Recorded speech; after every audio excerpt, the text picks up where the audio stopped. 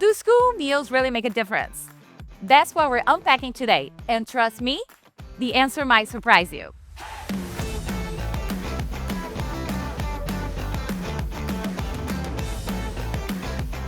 Welcome to School Food for Thought, the official podcast of the School Nutrition Association. In this special season, we're diving into the truth behind school meals, looking at some of the biggest myths out there and setting the record straight. Today's episode is all about the value of school meals. These aren't just boxes to be checked on a nutrition chart. They are meals that fuel student learning, build community, and for many kids, offer their most consistent source of nourishment. I'm thrilled to be joined here today by three incredible guests who bring their own unique perspectives to this conversation. We got Larry Wade, Director of Nutrition Services at Chesapeake City Public Schools, Katie Bamback, Vice President of Nutrition Affairs at the National Dairy Council, and our very own Christina Uticon, a consultant that has been with us since the beginning of our own Made with School Lunch campaign. Welcome. Let's dig in. Larry, let me start with you. Based on your years of experience, you've had over 4 years in school nutrition. What impact have you seen from school meals on the students' day-to-day lives? Good morning, and thank you for having me. Across my years of working in school nutrition, I've seen a common thread of how we impact the education of children. I think our program makes a difference because so many students benefit from having a healthy, nutritious meals. That's a common and consistent thread. There are a number of other things that I've seen across my tenure, but one of the things I'm most proud of is the fact that we play a pivotal role in training and helping kids to learn about good nutrition. Yeah, you sure do. And Katie, now from a nutrition perspective, why are school meals so essential and what role does milk play in it? Yeah. So we know that nationwide, school meals play a critical role in the lives of our students, but also the lives of our families and our local communities. Nearly 30 million students participate in school lunch every single school day. And that's an incredible amount of students who are participating in our program and receiving these nutritious meals from school nutrition staff every single day. And we know that from a nutritional standpoint, school meals today have improved significantly over the past decade plus. They're not the same school meals that maybe our parents or we had as children. There's been a lot of nutritional improvements to our school meals. And in fact, they are one of the healthiest meals that students receive even outside of the school day, even from home, from restaurants. They are incredibly nutritious. And in regards to milk and dairy, we know that children are under consuming dairy starting as early as 4 years of age. And if you look at the research, children who participate in school meals, 77% of their milk consumption comes from the school meal program. So it's a critical venue to help students receive their dairy servings that is important for growth and development. Also, we know children who participate in school meals consume not only more dairy milk, but also more fruit and more vegetables. And if you look at our dietary patterns, we are under consuming fruit, we're under consuming vegetables, and we're under consuming dairy. So it's such an important channel to help children increase their intake of their under-consumed food groups and come closer to meeting their nutrient recommendations. And school meals does that. Absolutely. And you talk about the way people see school food based on maybe what they experienced 30 years ago, 20 years ago. I'm going to ask Christina. So we're going to talk a lot about the Made with School Lunch campaign, right? And what are the gaps that we're trying to address with this campaign? So initially, when this campaign was conceived, we really wanted to bust myths around not just school meals and the nutritious aspect of that, but also around school nutrition professionals and what they do. The school meals that school nutrition professionals prepare are healthy, but also the folks that prepare them are mission driven to serve students and to improve their lives academically and otherwise. Yes. And Katie, obviously, this is a partnership that's between the School Nutrition Association and the National Dairy Council. And it was, I remember vividly a couple of years ago, you came and you're just like, I saw what you guys are doing. How can we work together? I want to build on this. What prompted that thought? Yeah, I represent America's dairy farm families, and they have been invested and they truly care about school meal programs and school nutrition. And so I'm lucky to be in this position because of that. And a few years ago, somebody had asked me a question: what is one thing about your job that you wish you could change? And immediately I said, I'm tired of defending school meals. There's so many misconceptions about their role in children's diets or nutritional value. If I could change anything, that would be it.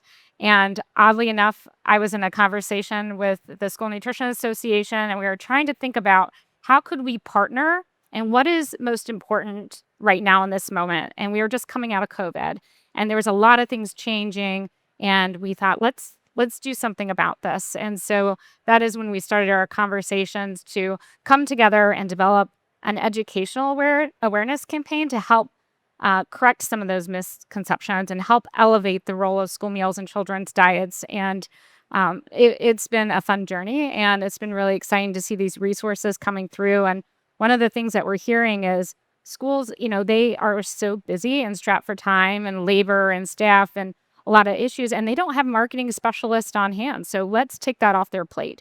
Let's develop these tools and resources that schools can use to help market their program, correct some of those misconceptions to the parents, to the educators, to their local community members, even to students, so we can tell that right message and stop having to constantly defend ourselves, but be more proactive and get out there and share our story. Yeah, thank you. We appreciate the partnership, and it keeps growing. We have a new website with resources to do just that, to help our programs really market the fantastic work that they do. So thank you for that.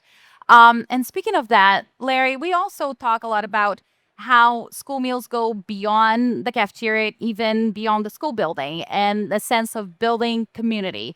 I'm sure you've seen lots of stories, you've seen lots of impacts on people's lives. Can you share some with us? I'm extremely grateful for Kim and the National Dairy Council and other business and industry partners who circle around school nutrition to help us in being able to market our program. There are a number of things that we need to do in school nutrition, and one of them is to address and to demystify what we do. So many folks still think we serve mystery meat or that we fry foods and things of that nature. And it's a great opportunity to come together to market our program. For example, I'm calling our program School Nutrition Restaurants rather than just a school cafeteria. I'm looking for ways to be not only relevant and trendy, but to provide healthy and nutritious meals in a way that will keep our students coming in and out of our cafeterias. There are a number of things that we will still have to work on, but I believe that we're on the right track, and that as we continue to tell our stories, I believe that we have to connect with our parents, our community, our stakeholders. Then we have to be in the point where we can talk to them. We have to collaborate. We have to speak about our issues and help people to understand what we're doing. And then we have to champion our program. It's time out for just being in the kitchen and thinking that's all we have to do. We have to get outside the walls of our kitchen and let folk know what we're doing. We're the biggest food service industry that our students will impact, that impact our students' lives every single day around this country. And it's time for us to stand up, speak up, and be heard. To not only have a seat at the table, sometimes I think we need to stand on the table and help people know that that's what we do. We provide healthy and nutritious meals to more folk than many restaurants around this country. Absolutely. And you have a very picky clientele that's very vocal. Absolutely. And they'll let you know if you're hitting or missing the mark. So absolutely. And I think that the big challenge too, you have the palate, right? The taste and everything. But at the end of the day, it's about providing nutrition. And so about school nutrition, Katie, like what are the key nutrients that school meals provide and help keep kids succeed in school and in the future and in life? So one thing a lot of people don't know, or parent communities may not be aware, is that the school meal programs follow very strict nutrition standards. And there's a lot of requirements about what needs to be on the tray, what needs to be offered to students. And schools have to serve a variety of different colors of vegetables, because we know different vegetables have different nutrients. They offer fruit and several varieties, also whole grains, lean proteins, and dairy products. And so it's required to have the 5 really important food groups. Those are required to be offered to students every single school day. And with some of the new standards that are coming out, we know that there's now less sodium in school meals, added sugars is being looked at, and we call it the HEI score. It's a Healthy Eating Index score, which will look at what is the nutritional quality of the meal. School meals rate an 82 out of 100. Wow. That is incredible. It Yeah. used to be back in 2009, 2010, it was 52. So we went from 52 to 82 since 2009 for the Wow. nutritional quality of our school meal program. So again, they are not the program that you grew up having. They're very different, and schools are very innovative and bringing farm to school programs and bringing that nutritional value. And it's just been an incredible journey for me and probably Larry and everyone to see the nutritional value of school meals increase over the past decade plus. Yeah, I think that cannot be emphasized enough. And it's something that we don't know about. I think people get stuck in what they saw, what their experience was, and it's really hard to get them unstuck. But when we talk about how you balance a tray, because a lot of people don't know about that either. It's not about the calories, about all the groups and all that. What is the role that milk plays in that, providing that balanced diet to those children? Milk is required to be offered at every single meal. It's not students aren't required to take it, but it must be offered. We do know that roughly 80% of students do select a milk with their meal. So they do prefer to have that milk option. And it's there for a reason. Milk has been part of the National School Lunch Program since it started in 1946. There were even school milk programs in some of the larger cities prior to the National School Lunch Program. So it's been around for a long time, and it's because of its incredible nutrient value. We know one glass of milk provides 13 essential nutrients. Wow. And those are nutrients that children need. They're growing. They need them to develop healthy brains, healthy bones, healthy bodies. They're helping develop children to be stronger adults. And if you think about those nutrients, milk has protein, and protein helps build and repair muscle tissue.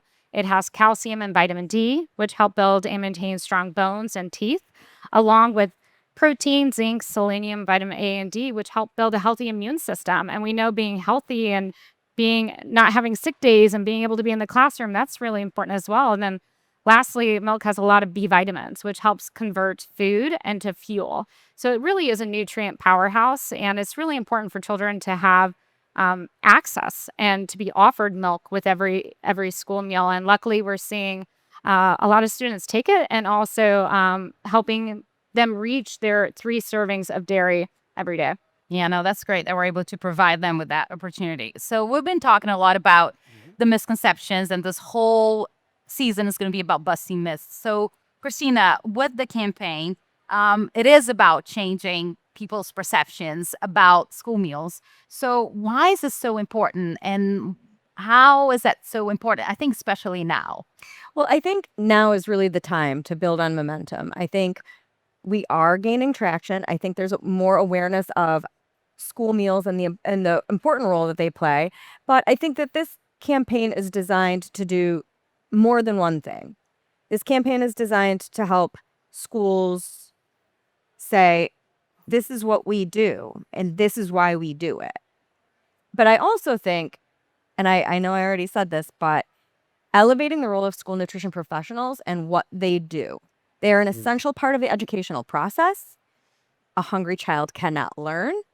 And so I think folks who are resistant to school meals aren't understanding the essential role that they play in helping students learn. And I love the way that schools like Larry have taken this campaign and have run with it with their own marketing. And we built it so that a school can implement it in their existing marketing campaign. But this is also sort of the perfect turnkey way for a school who's struggling with their marketing to take the Made with School Lunch campaign and elevate their marketing and take that to the next level. Yes, and Larry, Christina mentioned your school.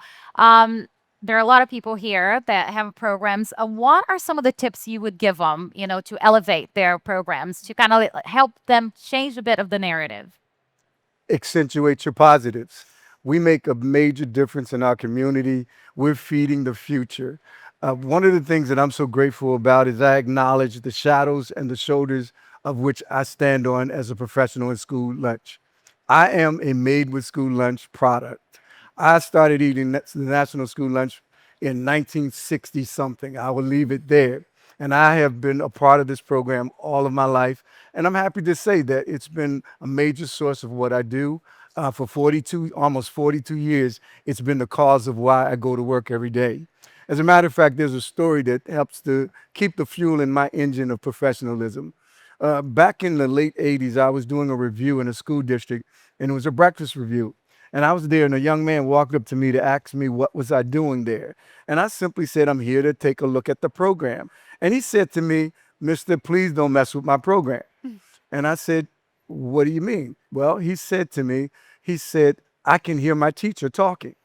And I was thrown aback a little bit. So I said, would you explain to me, what do you mean you can hear your teacher?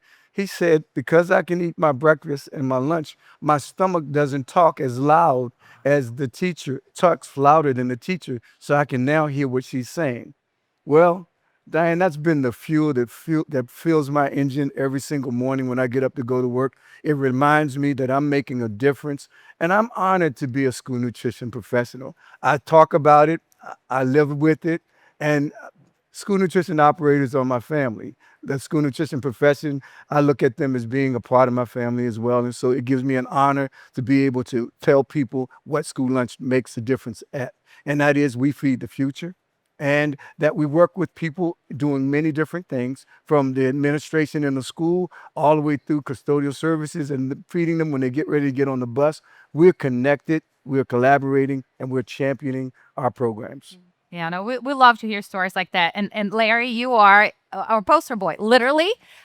We have you and your wonderful grandson, Austin, who are part of this campaign. So, we Honored. love your stories. We love what you're doing with your program. Our team members have been to some of your schools, and they came back in awe. It's wonderful to see things coming to life. I do want to point out, it's all about my team.